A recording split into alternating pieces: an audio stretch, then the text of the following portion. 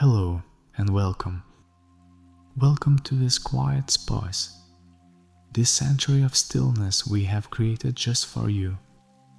Here at Sleep Documentary TV, we invite you to leave the edges of your day behind. Whatever thoughts may be clinging to you, whatever worries may be circling in your mind, give them permission to soften now. Let them drift away like clouds parting on a moonlit night, revealing the calm and quiet sky that is always there, waiting for you. Let's begin by settling in. Find a comfortable position, one where your body feels supported and at ease. Allow your shoulders to fall away from your ears. Unclench your jaw. Let a gentle wave of relaxation wash over you, starting from the tips of your toes and slowly, peacefully, moving all the way up to the crown of your head. Now, let's take a breath together. A slow, deep breath in through your nose, feeling your chest expand with cool, clean air, and a long, gentle sigh out through your mouth. Let it all go. One more time. Breathe in and release. Feel the weight of your body surrendering to the surface beneath you. You are safe, you are comfortable, and you are ready for a journey. Our story tonight is a journey not through space, but through time. We are going back to a world that is at once familiar and wonderfully distant. A world without the constant hum of electricity. A world lit by the soft flicker of gas lamps and the warm glow of candlelight. Let's travel there now. Imagine the air around you growing still. The sounds of the modern world fade away, replaced by something different. Listen closely. Can you hear it? The gentle clip-clop of horses' hooves on cobblestone streets. The distant, melodic call of a street vendor selling his wares. The rustle of petticoats and the low murmur of conversations from passers-by. We have arrived in the middle of the 19th century. It is a world of incredible progress, of steam and steel, of grand ideas taking shape in iron and brick. Yet it is also a world of profound silence and distance. Communication is a slow, deliberate dance. To share news with a loved one in another city or another country is an act of patience. You would take out a piece of paper, a pen, and a bottle of ink. You would carefully write your thoughts, your heart's desires, your daily tidings, and fold the letter. You would seal it with wax, a small personal mark of your identity, and just entrust it to the postal service. From there, your words would travel by train, by steamship, across vast landscapes and oceans. A journey that could take days, weeks, even months. There was a faster way, of course, though the telegraph, a marvel of the age. It could send messages almost instantly across great distances using a system of electrical clicks and beeps. Morse code. But it was an impersonal language of dots and dashes, translated by a skilled operator. It was efficient, yes, but it could not carry the warmth of a human voice. It could not convey the nuance of a laugh, the comfort of a reassuring tone, or the gentle melody of a familiar greeting. The soul of the voice was lost in the wire. Loneliness was a vast ocean, and the tools to cross it were small and few. It is in this world of profound connection and yet profound distance that we find our dreamer, our human anchor. His name is Alexander Graham Bell, but let us not meet him in the flurry of his fame or in the stark halls of a laboratory.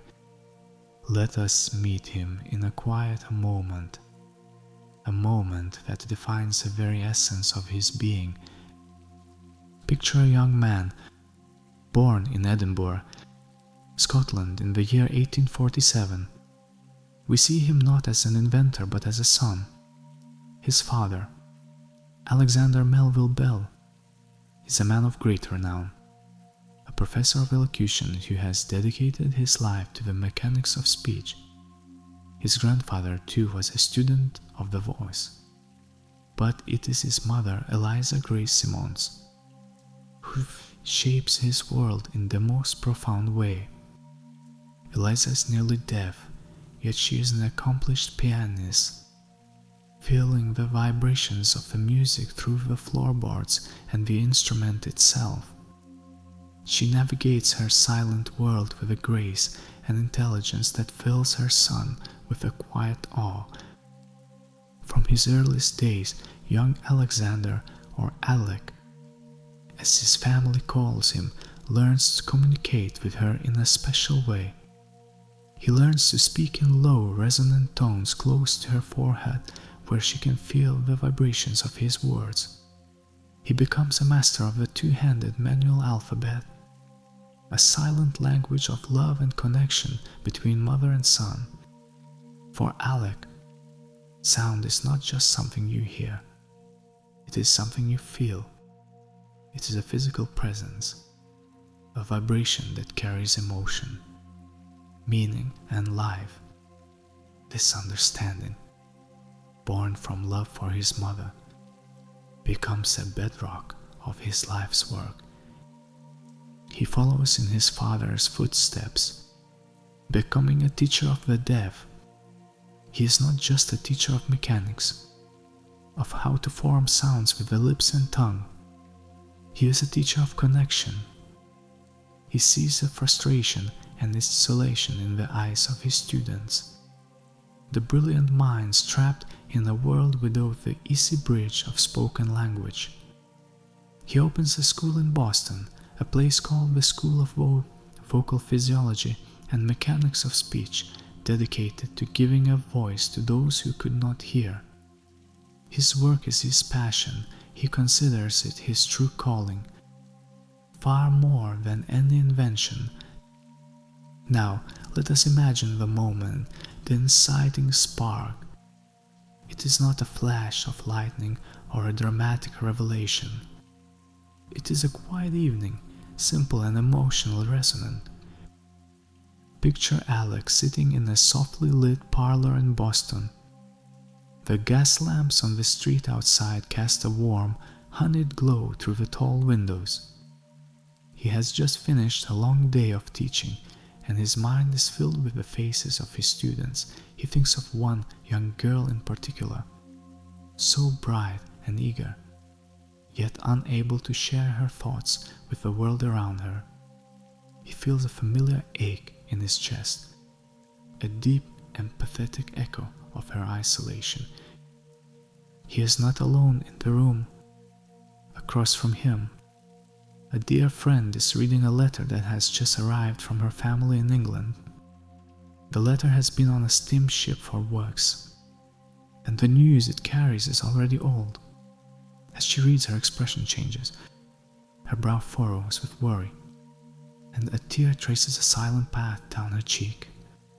She looks up, her eyes filled with a sense of helpless distance.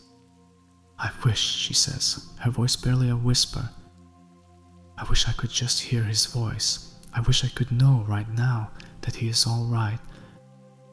Her words hang in the still air of the parlor. I wish I could hear his voice. For Aleck, it is as if a tuning fork has been struck deep within his soul. The phrase resonates with everything he is, with his entire life's experience. He thinks of his mother, who can only feel his voice, not truly hear its melody. He thinks of his students, struggling to produce the sounds that come so effortlessly to others. He thinks of this vast, lonely world, where hearts are connected by fragile threads of ink and paper, always weeks behind the present moment. What if you could send a voice through a wire? The idea is not entirely new. The telegraph sends clicks and pulses. Men of science have speculated about the possibility of transmitting more complex sounds. But for Aleck, this is not a scientific puzzle. It is an emotional imperative. It is about bridging the silence. It is about capturing the very essence of the human being. Their tone, their warmth, their soul, and sending it across the miles to soothe a worried heart, to comfort a lonely spirit. He looks into the flickering flame of the lamp on the table. The flame is a constant, steady source of light, yet it dances and wavers, alive with energy. He imagines the human voice as a similar kind of energy, a vibration in the air, a living, breathing thing. If he could turn that vibration into a current of electricity that mimicked its every rise and fall, its every subtle nuance, then perhaps he could turn it back into sound at the other end. This is the spark, not a desire for fame, not a quest for fortune, but a deeply human yearning to conquer distance and loneliness. It is a dream born of empathy, the dream of the harmonic telegraph, a device he had been working on to send multiple telegraph messages at once. Suddenly it seems small. A greater vision has taken root in his mind. He doesn't want to send more dots and dashes. He wants to send a human voice. He wants to give his friend the comfort she longs for. He wants to give his students a new connection to the world. He wants to build a bridge across the quiet emptiness, a bridge made of copper wire and the electricity of the human soul. That night, long after his friend has gone, Aleck stays up, the image of a flickering gas lamp and the echo of those heartfelt words replaying in his mind. He takes out his notebook, the pages already filled with sketches of reeds, magnets, and wires. But now, he sees them differently. He is not just drawing mechanical parts. He is sketching the anatomy of a dream of a world where no one would ever have to say, "I wish I could hear your voice," because that voice would be as close as reaching for a wire. The journey had begun. The spark had been lit, and now, in the quiet chambers of Alexander Graham Bell's mind, it began to grow into a steady, all-consuming flame. The idea of sending a voice through a wire was no longer a fleeting thought. It became the quiet obsession that colored his days and illuminated his nights. This was not a frantic, hurried passion, but a deep, methodical river of thought that flowed beneath the surface of his everyday life as a teacher. Imagine him in his small Boston study, long after his students have gone home. The city outside grows quiet, the rhythmic clip-clop of the last horse-drawn carriages fading into the distance. The only light comes from a single kerosene lamp on his desk, casting a pool of golden light on scattered papers and open books. The air smells of old paper, ink, and the faint, metallic scent of his experiments. Here, in the stillness of the late hours, Aleck's true work would begin. His notebooks became his most intimate companions, page after page filled with his elegant, sloping handwriting, with calculations and theories, with questions and wild postulations, and everywhere there were sketches.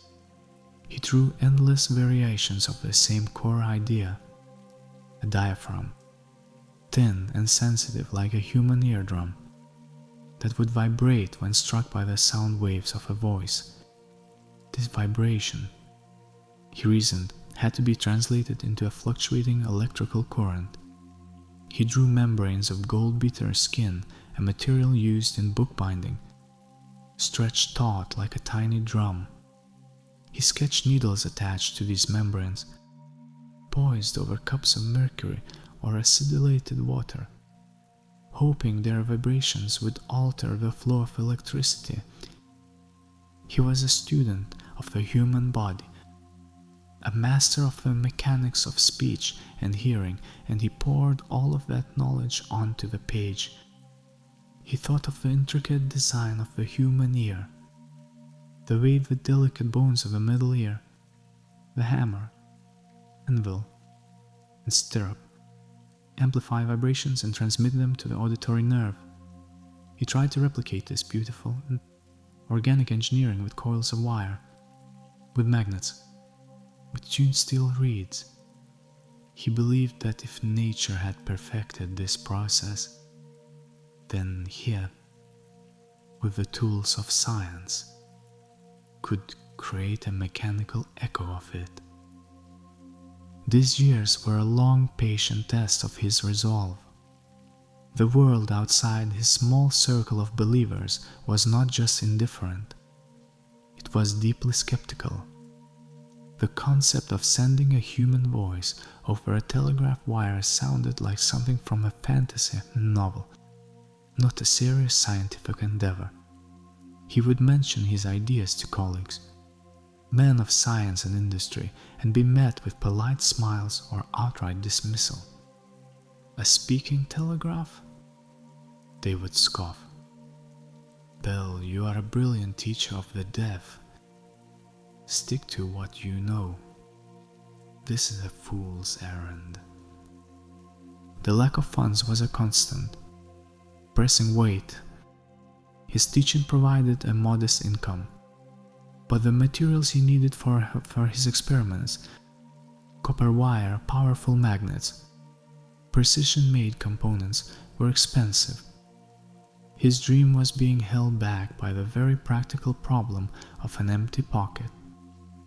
It was here that two figures entered his life who would become the patrons of his quiet obsession.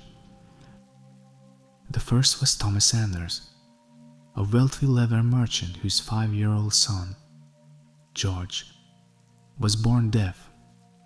Bell had been hired as George's private tutor, and Sanders was so moved by the young teacher's dedication and innovative methods that he saw a spark of genius in him.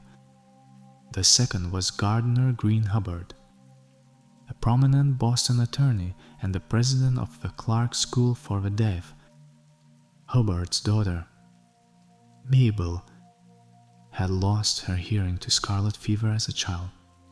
Bell became her teacher, and in the process, a deep affection grew between them, a love story that would become interwoven with the invention of the telephone itself. Hubbard and Sanders saw past the fanciful nature of Bell's dream. They saw the man behind it, his deep empathy, his relentless curiosity, and his profound understanding of sound. They agreed to finance his experiments, forming a partnership that gave Bell the means to turn his sketches into something tangible. But their support came with its own pressures. They were practical businessmen, and their faith was primarily in the harmonic telegraph, a device that could send multiple Morse code messages at once, which had a clear and immediate commercial value. They saw the speaking telegraph as a fascinating but secondary project, a scientific curiosity. Bell, in his heart, knew it was the other way around. He dutifully worked on the harmonic telegraph, but his soul was captivated by the far grander challenge of transmitting a voice. The struggle was not only external. There were countless nights when doubt crept into the quiet of his study. He would stare at a page of calculations that led to a dead end, or at a sketch for a device that seemed impossibly complex.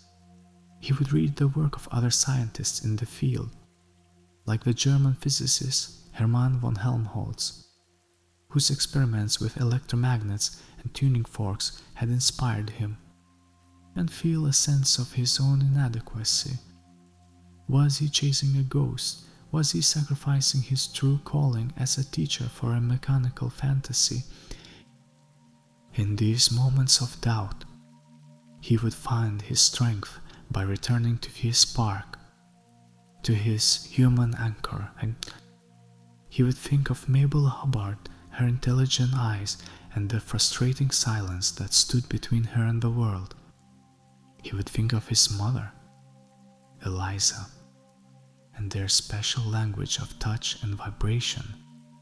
He would remember the look in his friend's eyes as she read that letter from overseas, the raw ache of wanting to hear a loved one's voice. This was not just about wires and magnets. This was about connection. It was about breaking down the walls of silence that separated people. And with that thought, his resolve would harden once more, and he would pick up his pen and continue sketching, refining and dreaming on paper. Amidst the long periods of struggle, there were small, quiet breakthroughs, moments of discovery that felt like finding a single candle in a vast, dark room. One such moment came on a summer afternoon in 1874, while he was visiting his family in Brantford, Ontario. Lying on his back in a field, staring up at the clouds, he was idly thinking about the way sound travels. He recalled an acoustics experiment from a book he had read, involving a harp. When a note was sung loudly into the harp, the corresponding string would vibrate and sing the note back. The idea struck him with a beautiful simplicity, the concept of resonance. That what if, instead of one diaphragm, there were two, one for speaking into and one for listening? What if they were connected by a wire that could carry a current that undulated in perfect sympathy with the sound waves, just like the harp string? He sat up, the summer air buzzing with insects, his mind buzzing with a newfound clarity. He called it the Gallows sound-powered telephone. For its shape, he sketched it furiously in his notebook.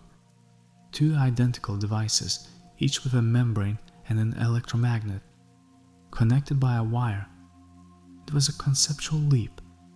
It simplified the problem, making it a matter of perfect electrical sympathy. Another breakthrough came from an unexpected place. While working on the harmonic telegraph, he was using tuned steel reeds that would vibrate at specific frequencies. The goal was to have each reed carry a separate Morse code message.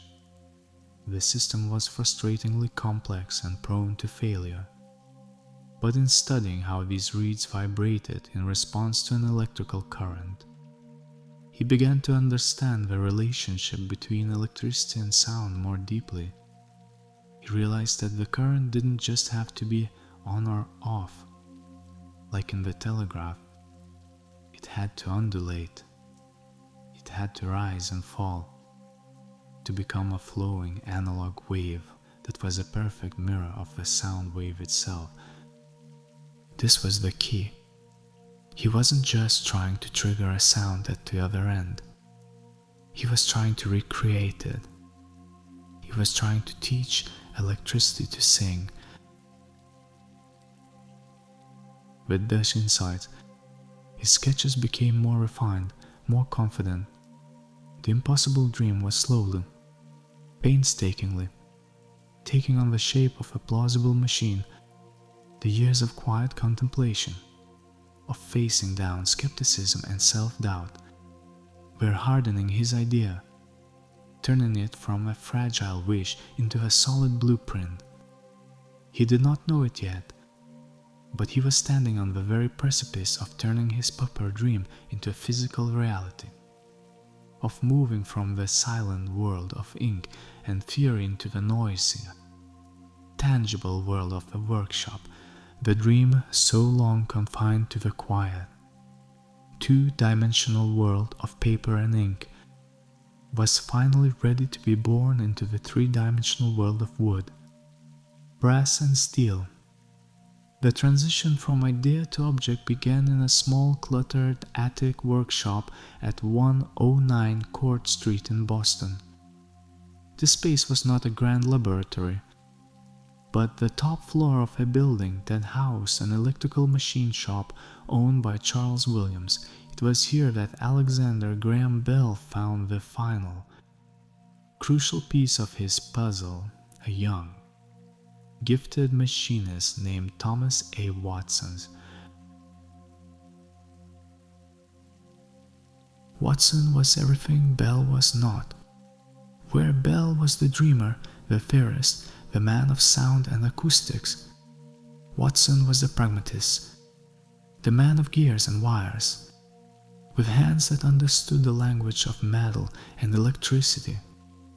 He was hired initially to help Bell with the harmonic telegraph, the project that Bell's backers were so keen on, but Watson, with his sharp, curious mind, was quickly drawn into Bell's more secret and passionate obsession, the speaking telegraph. A quiet partnership formed between the two men, a perfect harmony of mind and hands. Bell would provide the vision, sketching out his intricate designs, and Watson would provide the skill, transforming those delicate lines on paper into working models. Let us step into that workshop. The air is thick with the symphony of smells, the sharp, clean scent of hot oil, the sweet perfume of freshly sawn pine, the faint, acrid tang of acid from the batteries lining one wall, and the ever-present dust of metal filings that catches the light in swirling motes. Sunlight streams in through a grimy attic window, illuminating a scene of creative chaos. Workbenches are littered with tools, calipers, files, hammers of every size, and delicate pliers for twisting the thinnest of copper wires. This workshop becomes their sanctuary.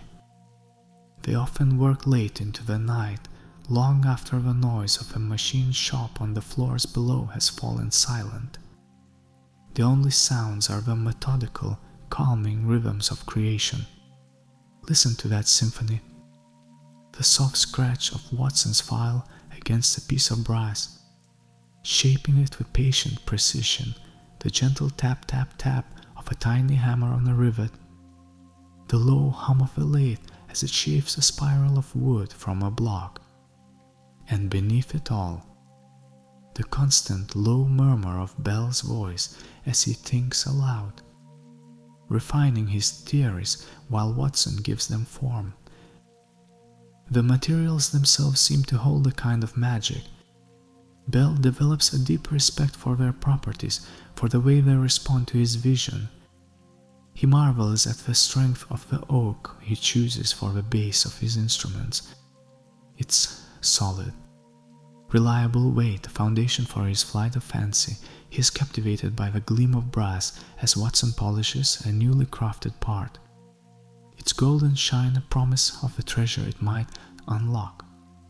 He feels the strange, invisible power of the iron cores as Watson winds them meticulously with insulated copper wire, creating the electromagnets that are the very heart of his machine.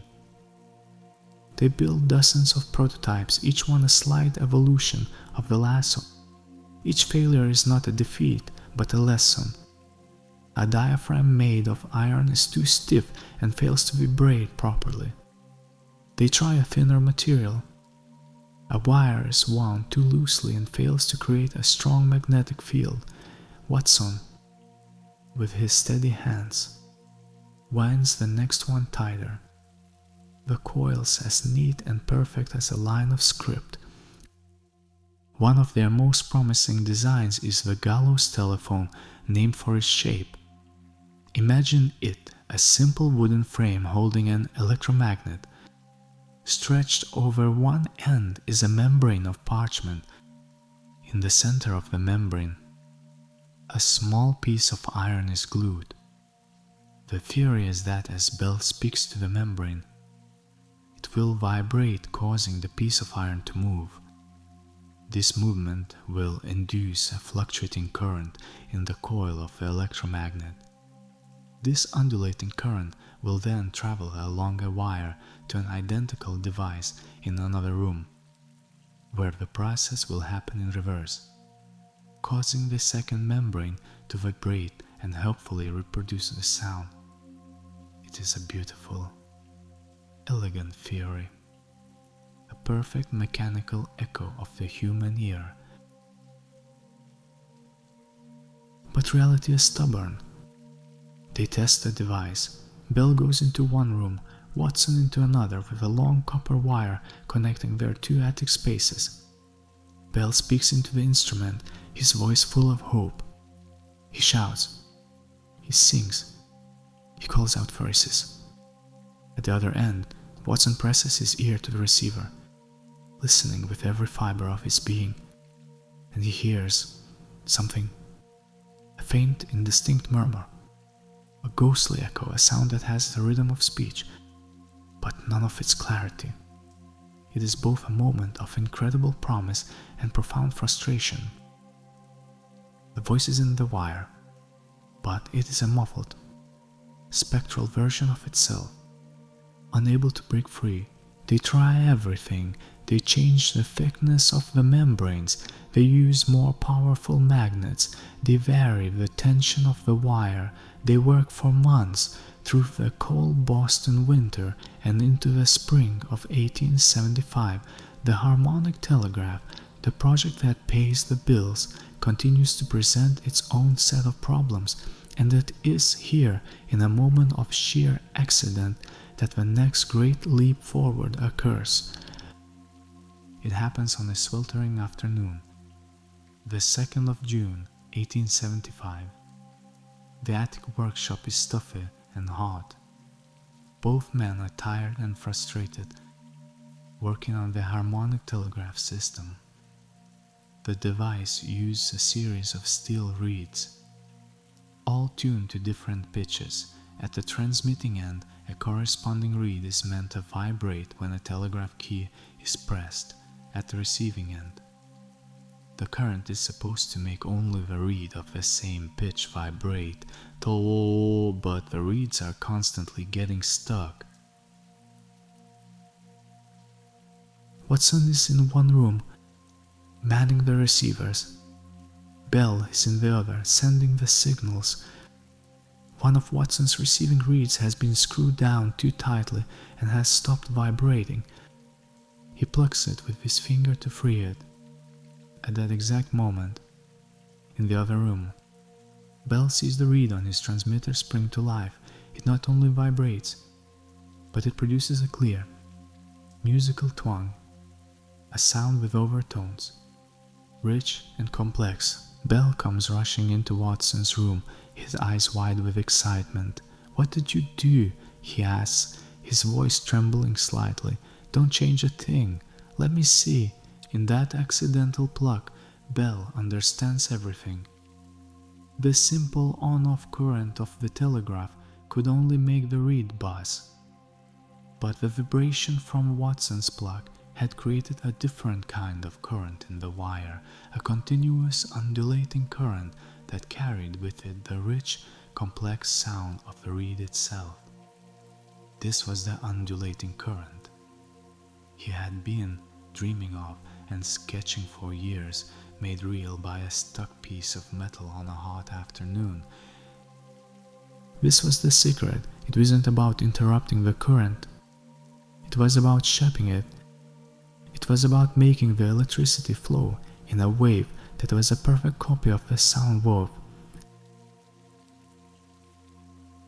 The accident breathes new life into their work.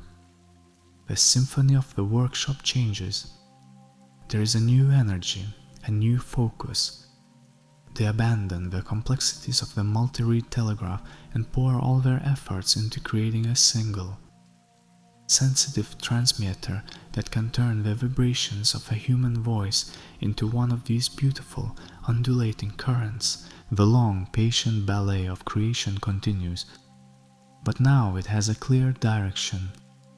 The sketches are simpler, more elegant. The crafting of their parts is more refined, the sounds of the workshop, the sawing, the filing, the winding of wire are no longer the sounds of hopeful searching, but the sounds of a dream being meticulously, lovingly, and patiently hammered into reality. They are on the threshold, closer than ever to the moment when their beautiful, silent creation would finally be given the gift of a voice. The days and the months following the discovery of the undulating current were filled with a quiet, focused anticipation. The air in the Boston workshop seemed to crackle with a new kind of energy, a feeling that they were on the verge of something truly momentous. Alexander Graham Bell and Thomas Watson continued their patient work, but now their experiments were guided by a clear and powerful principle. They were no longer searching in the dark, they were simply refining the vessel that would carry the light. Bell, driven by the new insight, designed a new kind of transmitter. Instead of a simple membrane and magnet, this one was different, more audacious. It involved a diaphragm with a needle attached to it, hovering over a small cup of acidulated water. The theory was that as the diaphragm vibrated with the sound of a voice, the needle would dip up and down in the liquid, altering the electrical resistance of the circuit. This change in resistance would, in turn, create that all-important undulating current, a perfect electrical transcript of the voice. It was a risky, almost alchemical idea, using a liquid conductor to capture the subtleties of human speech. While they were deep in this work, history was moving around them. Bell's financial backer and future father-in-law, Gardiner Hubbard, had submitted his patent application for the telephone, titled simply Improvement in Telegraphy, on March 7, 1876. Word arrived that the United States Patent Office had granted it. Alexander Graham Bell was now the official patent holder for an invention that did not yet fully exist. He had the legal rights to a talking machine that had not yet spoken a single clear word. The pressure was immense, but it was the pressure that turns coal into diamonds. Just 3 days later, on March 10, 1876, the day for the true test arrived. It was not a grand public affair. There was no crowd of onlookers, no reporters with notebooks poised. There was only the quiet intimacy of the workshop, the familiar scent of oil and metal, and two men bound by a shared dream. Imagine the morning light filtering through the dusty attic window, illuminating the workbench where the new liquid transmitter sat. It was a strange-looking contraption, a wooden box with a mouthpiece shaped like a funnel and the small cup of acid and wire at its heart. A long wire snaked from this device, out of the room, down the hall, and into a bedroom where Watson sat waiting with a receiver pressed to his ear. One of their earlier electromagnetic models. The two rooms were just far enough apart that a shout could not be clearly heard between them. There was a quiet anticipation in the air. The usual sounds of the city seemed distant and muffled. Bell took a moment, his heart likely pounding in his chest. This was it. Years of late nights, of sketches and calculations, of doubt and discovery, had all led to this simple, fragile moment. He leaned toward the mouthpiece of the transmitter. In the course of their work, there had been a small accident. Bell had spilled some of the battery acid on his trousers. and it was beginning to burn through the fabric. It was a trivial, everyday mishap, but it provided the unplanned, unscripted words that would echo through history. He was not thinking of making a grand pronouncement. He was not thinking of posterity. He was thinking of his experiment and his burning trousers, and he called out to his partner, his voice a mixture of urgency and command. "Mr. Watson, come here. I want to see you." The words traveled into the funnel, turned into vibrations on the diaphragm, and made the needle dance in the acid bath. The undulating current, the ghost they had been chasing for so long, surged through the copper wire. It flowed down the hallway, a silent, invisible river carrying a human voice. In the other room, Watson sat with the receiver pressed to his ear. He had sat like this countless times before, listening to frustrating hums, crackles and faint, garbled murmurs. But this time, it was different. Out of the silence, a voice emerged. Not a ghost, not an echo, but a voice as clear and distinct as if Bell was standing right beside him. Every word was perfectly formed. "Mr. Watson, come here. I want to see you." For a moment, Watson was frozen, stunned into disbelief. It had worked. The dream was real. The voice had traveled through the wire. He leaped from his chair and rushed down the hall into the workshop, his face flushed with a mixture of shock and pure joy. He burst into the room where Bell was still hunched over the transmitter. "I heard you," Watson exclaimed, his voice filled with triumphant excitement. "I heard every word." Let us pause and linger on this moment. This is the emotional climax, the quiet, breathtaking triumph. Look at Alexander Graham Bell's face. There is no wild celebration, no shout of victory. Instead, there is a profound, deep sense of fulfillment that washes over him. Perhaps a slow smile spreads across his lips. Perhaps a single tear wells in the corner of his eye. This was not just a successful experiment. It was the culmination of a life's purpose.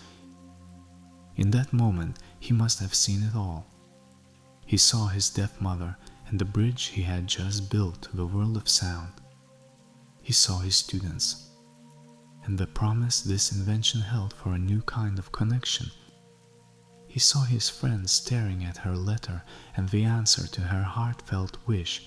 He had captured the human voice, that ephemeral, beautiful thing, and given it wings of wire and lightning. The spark that was ignited on a quiet evening in a gaslit parlor had finally, after a long and patient journey, become a physical reality.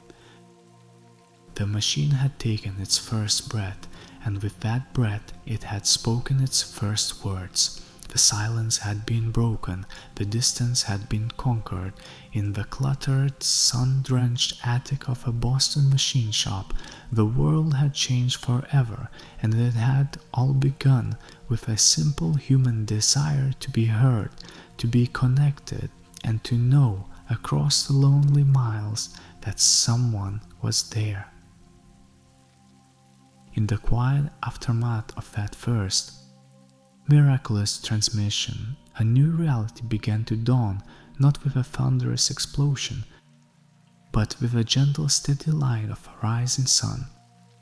The initial success of March 10, 1876 was a private victory, known only to Alexander Graham Bell and Thomas Watson, a secret shared within the dusty walls of their attic workshop. The world outside was unaware that the very nature of human connection had been fundamentally, irrevocably altered. The first steps of the telephone were humble and tentative, Bell and Watson continued to refine their instruments, moving away from the cumbersome liquid transmitter to more practical electromagnetic designs. They staged further demonstrations to solidify their proof of concept. In one experiment, they ran a telegraph wire between Cambridge and Boston, a distance of 2 miles, on that October evening in 1876. They held the first two-way, long-distance conversation, their voices traveling over the wire, a faint but clear miracle weaving through the night air. The public was introduced to this marvel at the Centennial Exposition in Philadelphia in June of 1876. Initially, the telephone was relegated to an obscure corner of the exhibition, overlooked amidst grander, more visually impressive displays of industrial might. But then, Dom Pedro, the Emperor of Brazil, happened upon Bell's small exhibit. The Emperor, who knew of Bell's work with the deaf, greeted him warmly and agreed to a demonstration.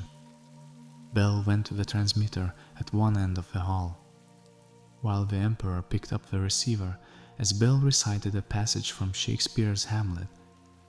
The Emperor's eyes widened in astonishment. He dropped the receiver, exclaiming, "My God, it talks!"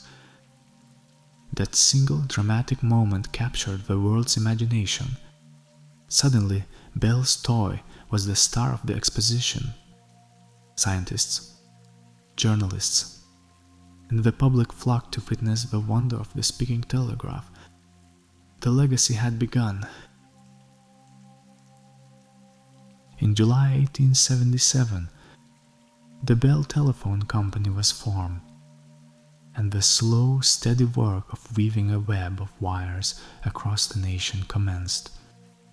The first telephone line was constructed. The first telephone exchange was established in New Haven, Connecticut, in 1878. A primitive switchboard operated by young boys who would manually connect one caller to another. 3 years after that first call, nearly 49,000 telephones were in use. By the turn of the century, that number had swelled into the millions. Let us zoom out now, gently, and reflect on the world this invention created. The change was not instantaneous, but it was profound. For the first time in human history, distance no longer meant separation. A family living on a remote farm could speak to a doctor in town. A business in New York could negotiate a deal with a partner in Chicago in real time. The slow, deliberate dance of letter writing, which had defined communication for centuries, was now joined by the immediacy and intimacy of the human voice. Traveling at the speed of light, loneliness began to shrink. The world, once so vast and disconnected, started to feel smaller, more intimate, more like a neighborhood. Every telephone that was installed was a new thread in a growing tapestry of human connection, a tapestry woven from copper wire and the simple, powerful desire to hear another's voice. Now, let us return one last time to our human anchor, to Alexander Graham Bell years later. He is an old man now, with a flowing white beard and eyes that have seen a world transformed. He is sitting on the porch of his beloved summer home, Bainburg, in Nova Scotia, Canada. The air is clean and crisp, and he looks out over the sparkling waters of the Brador Lake. He has lived a full life, filled with countless other inventions and pursuits. He worked on flying machines, on hydrofoils, and he helped shape the National Geographic Society into the institution we know today. He always considered his work with the deaf to be his most important contribution to the world.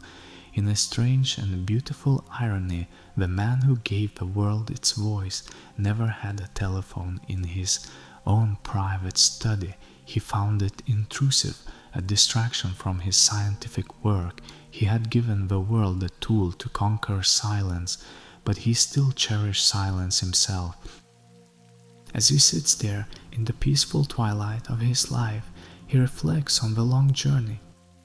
He thinks back to the inciting spark, that simple human moment in the gaslit parlor, the heartfelt wish of a friend to hear a loved one's voice. He remembers the quiet obsession, the notebooks filled with sketches, the long nights in the workshop with Watson, the symphony of creation, the smell of hot oil and pine. He remembers the heart-stopping thrill of hearing that first sentence travel through the wire.